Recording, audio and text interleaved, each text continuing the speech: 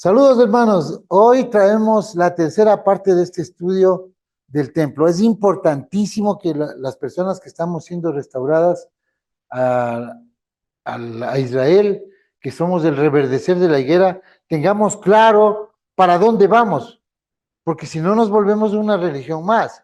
Nosotros debemos saber primeramente que el camino del Eterno no es una religión, no es una tendencia, no es una creencia, un dogma. El camino del Eterno es un sistema de gobierno. Esto no es religión, esto es gobierno, un gobierno futuro de paz, misericordia y equidad. Sigamos analizando todos esos detalles que alguna vez teníamos como pasajes un poco confusos porque no hemos establecido en nuestra mente bien ese cuadro que nos diagrame todo este proceso, estos pasos que son previos al reino, el camino al reino, lo que llamaríamos en el cristianismo y en el greco-romanismo el evangelio, ¿no? Las buenas noticias de que viene un reino, ¿para qué? Un reino del eterno, unas leyes del eterno que van a regular la tierra. Porque siempre les hemos dicho que el reino es en el planeta Tierra, no es un reino universal. Eso podría ser luego como lo hablamos en el estudio antepasado. Ok, vamos entonces con esta parte 3. Sino el judaísmo religioso ha hecho de esto una suposición que no es tan claro si es que el tercer templo debe hacerse hoy. Mucha gente está siguiendo ese Israel, el sionismo, entonces no tiene claro de que el Mesías es el que tiene que hacer el templo, porque eso lo vemos escrito en el libro de Ezequiel. Dice la Reina Valera en segunda de Tesalonicenses para tener un contexto, ¿no? ¿Qué es el templo de que habla en Tesalonicenses? 2 Tesalonicenses 2, 4. Oponiéndose, y levantándose contra todo lo que se llama Dios, o que se adora, tanto que se asiente en el templo, naos, de Dios como Dios, haciéndose parecer Dios. Entonces aquí realmente no está hablando de un templo, está hablando del lugar específico, del monte Moria, porque en Isaías, en Ezequiel 43 vuelve a hablar, dice Ezequiel 43, 12, dice, estas son las instrucciones acerca del templo, sobre la cumbre del monte, toda área alrededor será santísima. Mira, estas son las instrucciones del templo y luego sigue con las instrucciones de las medidas. Pero ¿qué está pasando aquí? Porque alguien me puede decir, el templo es en una planicie. Es que está recibiendo esta visión, está recibiendo Ezequiel en el tiempo donde hay una montaña. Pero es el lugar donde el monte Moria, donde Yahweh More ya será nuestro maestro en el futuro. Ese es el lugar donde Abraham iba a sacrificar a Isaac. Un macho cabrío sería para el futuro ahí, un sacrificio que traería toda esta historia, ¿no? Por eso es que sabemos que esta escritura fue perfecta y que Yeshua la cumplió paso a paso. Veamos qué es lo que opina el judaísmo hoy sobre un tercer templo. La gente vive asustada en el cristianismo de que van a hacer el tercer templo y ese se sentará en el templo de Dios. Nadie se va a tragar esa piedra de molino de que ahí va a haber un tercer templo, porque además está programada una iglesia que ya existe. Ustedes van a ver. En el judaísmo aún no hay consenso si el Mesías tiene que venir para que se reconstruya el templo o si primero tenemos que reconstruir el templo para acelerar y para que venga el Mesías. En el judaísmo no tenemos consenso todavía si podemos caminar por esta zona o si no podemos caminar por esta zona, que es la zona más sagrada para el judaísmo de todos los tiempos. No hay consenso si el templo que se tiene que reconstruir es un lugar físico, un edificio físico, o que no hace falta, que en realidad el templo es cada una de las familias judías dispersas por todo el mundo. De una cosa sí hay consenso, en realidad de dos. La primera es de que en este mismo lugar estuvo construido el primero y el segundo templo. Y de que de construir o de reconstruir el tercer templo tiene que ser en este mismo lugar y no en otro. Estamos viendo que el templo puede hacerse tanto antes como después de la venida de Yeshua, porque ellos no conocen la sombra profética del nombre del Mesías, que ya vino. la sombra profética es que es Yeshua o Yehoshua, como el libro de Zacarías 6 lo nombra. Va a haber un templo, tiene que existir un templo. Zacarías 6. Toma plata y oro y haz coronas. Pon en la cabeza del sumo sacerdote Yaosua hijo de Yaosadac. 12 Y dile, así dijo Yahweh de los ejércitos, mira, un hombre llamado el retoño retollará del lugar donde está, y edificará el templo de Yahweh. 13 Edificará el templo de Yahweh y asumirá la majestad, y se sentará en su trono y gobernará. Y habrá también un sacerdote sentado en su trono, y prevalecerá un entendimiento armonioso entre ellos.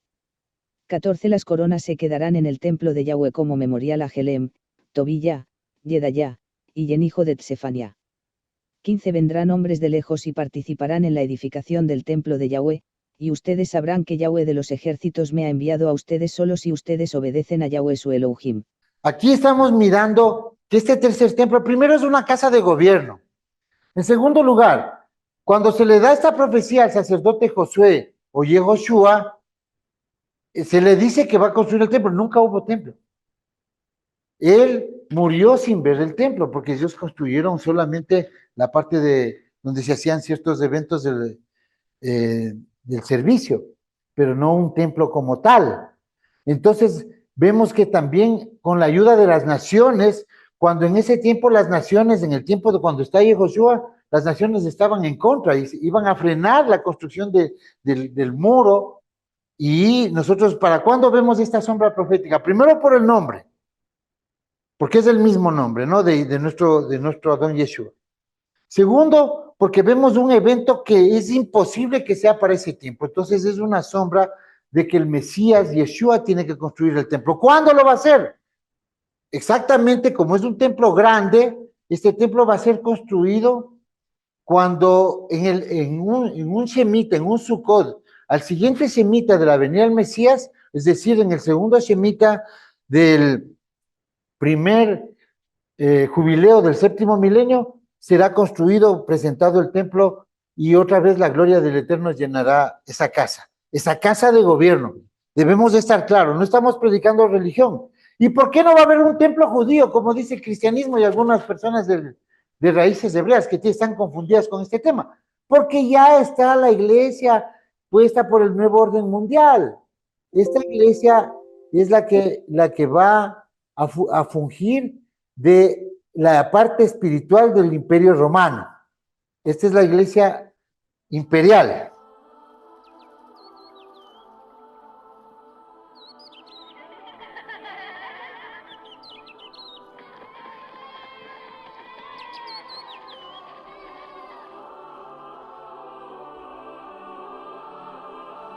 Esta es la iglesia abrámica. Esta iglesia ya existe. Fue fundada y creada en Emiratos Árabes hace más o menos casi van a ser ya 2 años. Esta es la iglesia oficial, la del nuevo orden mundial, del orden secular. Ellos ya están reunidos bajo la cobija del catolicismo, las 3 religiones más fuertes monoteístas, como el judaísmo, el islamismo y el cristianismo católico, que al final para cuestiones proféticas es el mismo cristianismo evangélico. Entonces, esto ya existe, esta es la iglesia ecuménica, como se le dijo a Ron Wyatt, cuando aparezca la oficialidad de esta iglesia, que es la iglesia del sol, entonces, ese momento veremos que aparece la señal de la bestia y comienza la gran tribulación. Esto va a ser cuando aparezca el arca. Por eso es que se le anunció a Ron Wyatt estos eventos. Bien, continuemos, hermanos. ¿Por qué la tierra estuvo llena de fertilidad cuando visitaron los 2 espías?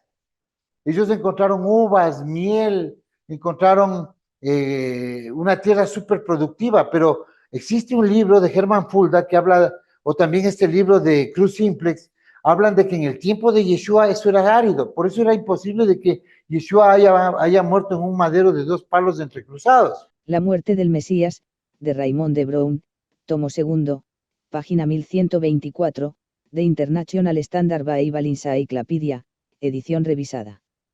En el tiempo de Yeshua la tierra era árida. Pero veamos cómo va a ser en el futuro, en el tiempo del tercer templo. Capítulo 35. El árido desierto se alegrará, se regocijará la llanura desértica y florecerá como la rosa. Florecerá abundantemente, se gozará también y cantará. Se le dará la gloria del Lebanón, el esplendor del Carmel y de Sharón. Ellos verán la gloria de Yahweh, el esplendor de nuestro Elohim. Fortalezcan las manos débiles, afirmen las rodillas vacilantes. Digan a los ansiosos de corazón, sean fuertes, no teman, miren a su Elohim. Viene la retribución, la recompensa divina, él mismo vendrá para darles el triunfo. Entonces se abrirán los ojos de los ciegos, y los oídos de los sordos se destaparán. Entonces el cojo saltará como un venado, y la lengua del mudo cantará fuerte, porque aguas brotarán en el desierto, y torrentes en la región desértica.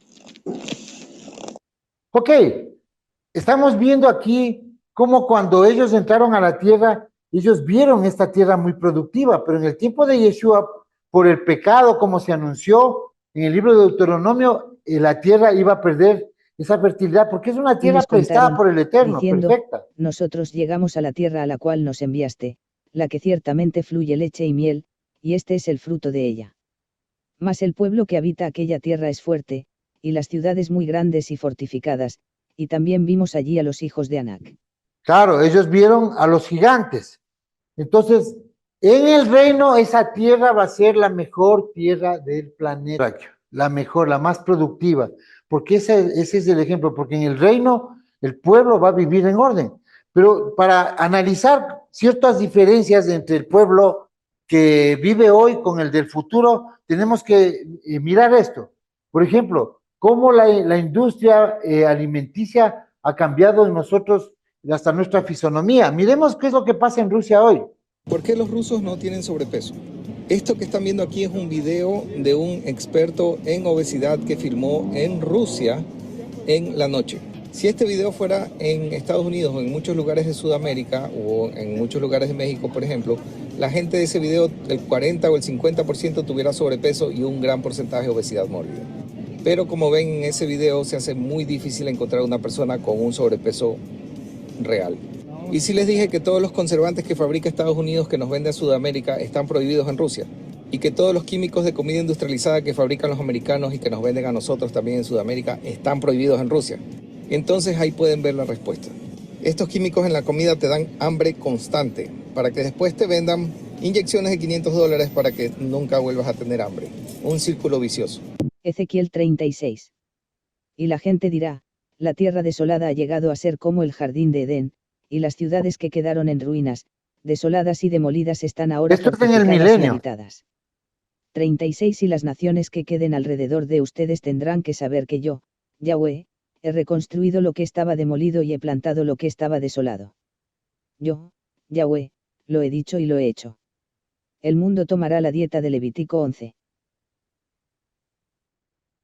Las colonias en el reino futuro, las colonias de las naciones que fueron alguna vez países, ellos serán tributantes de Israel.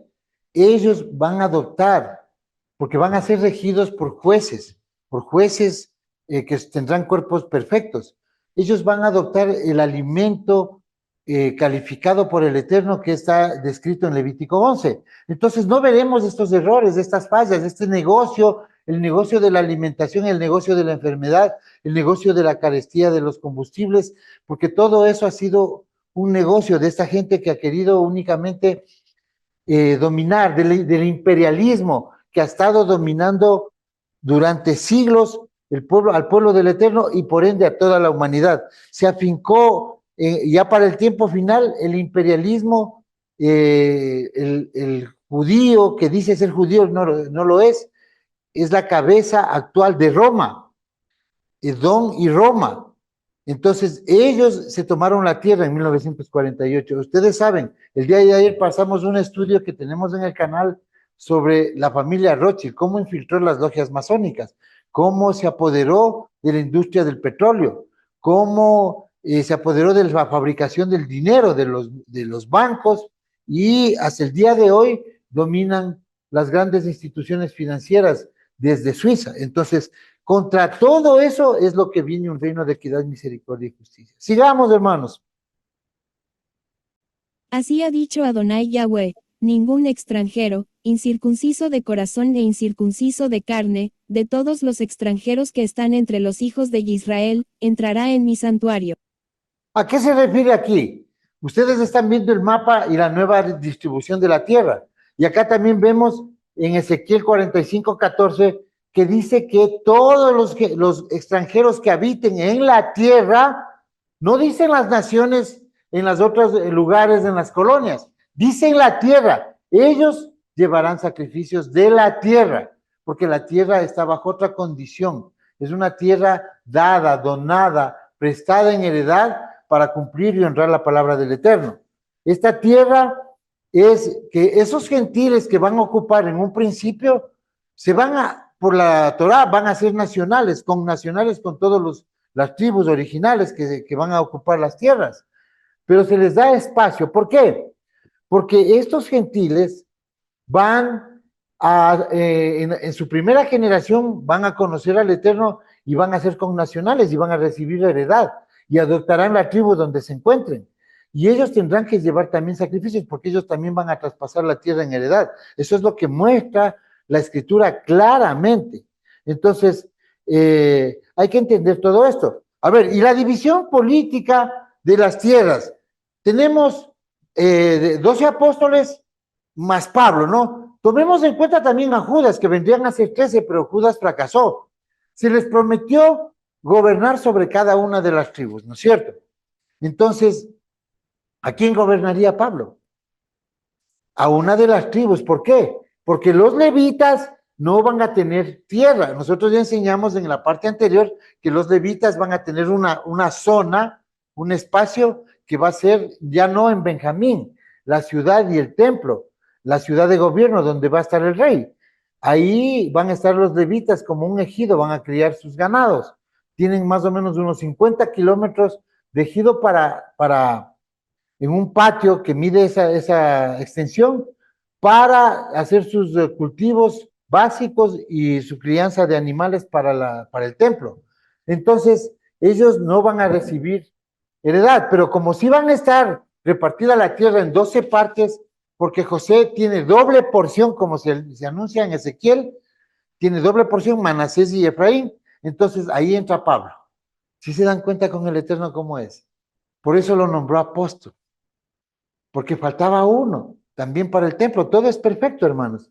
Y también va a haber que en la casa del Eterno va a haber sacrificios de animales. Dice que los sacerdotes fueron castigados y solo va a servir Sadoc, solo la familia de los levitas de la línea de Sadoc. Los levitas que se alejaron de mí, mientras Israel anduvo errante lejos de mí, y fueron en pos de sus ídolos, cargarán con su castigo, y estarán en mi santuario como servidores, encargados de las puertas del templo y sirviendo en el templo.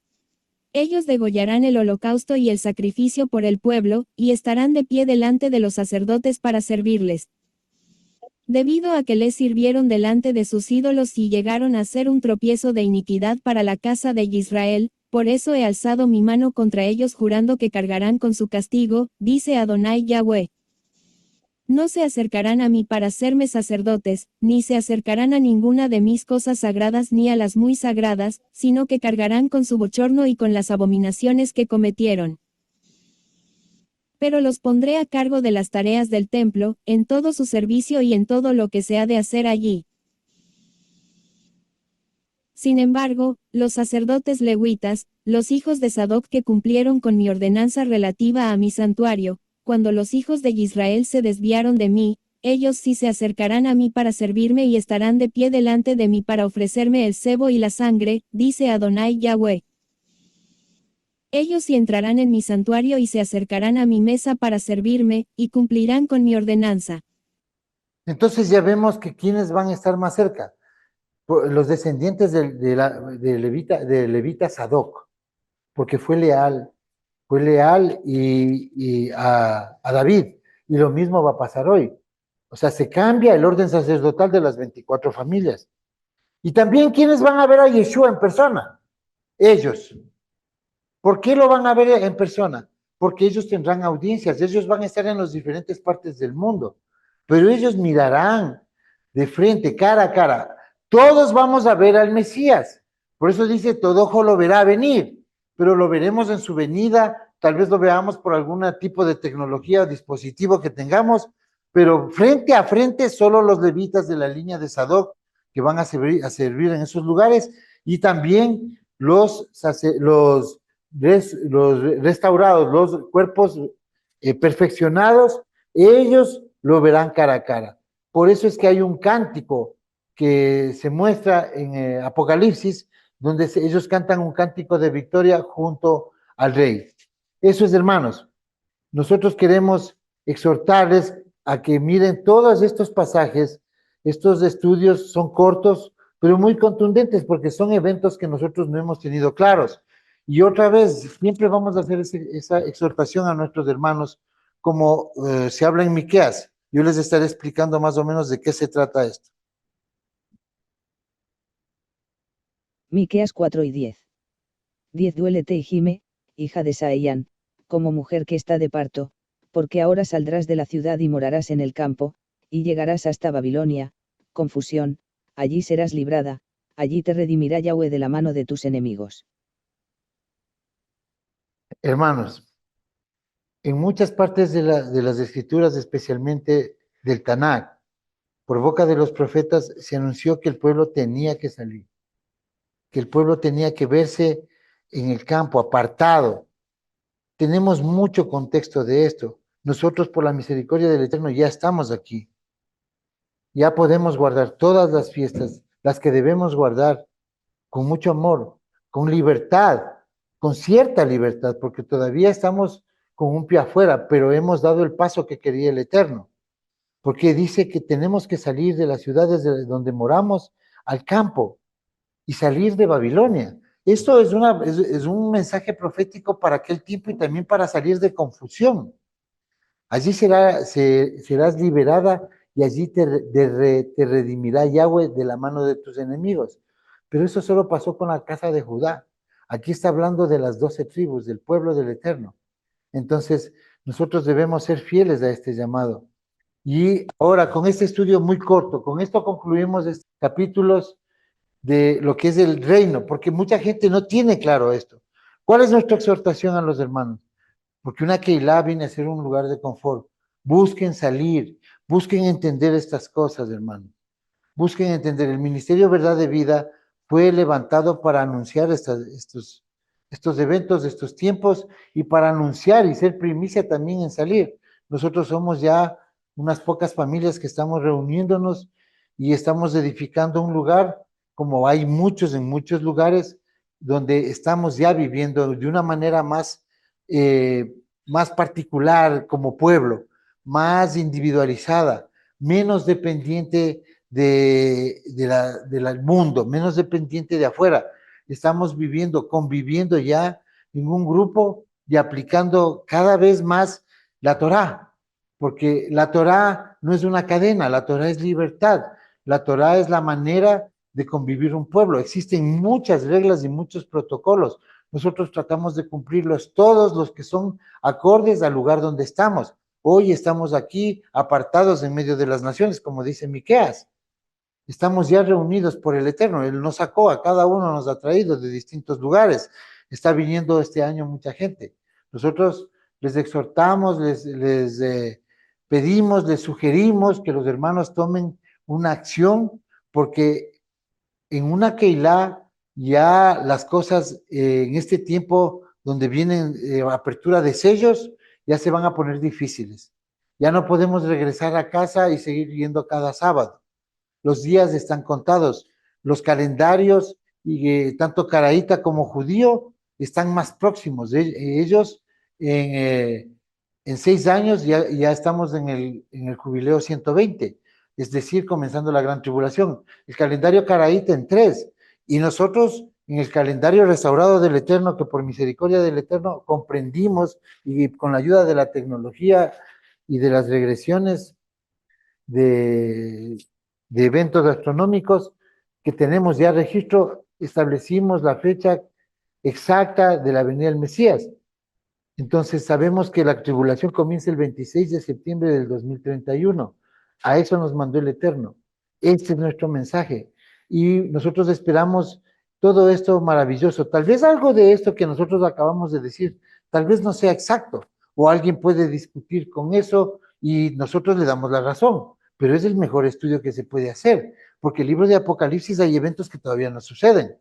Entonces, tomamos la opción de ¿qué? De la mecánica bíblica. ¿Cuál es la mecánica con la que nosotros hemos logrado establecer esto? Las sombras proféticas. Entonces, hermanos, aquí estamos. La próxima semana vamos a traer un estudio también así de tiempos finales, pero de esas partes de las escrituras que todavía no están claras.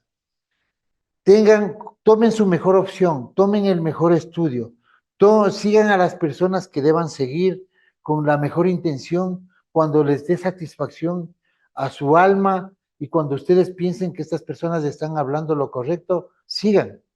Pero todos los predicadores de raíces hebreas tienen que predicar el libro de Apocalipsis y los tiempos. Y no se pueden cambiar. Saludos, hermano.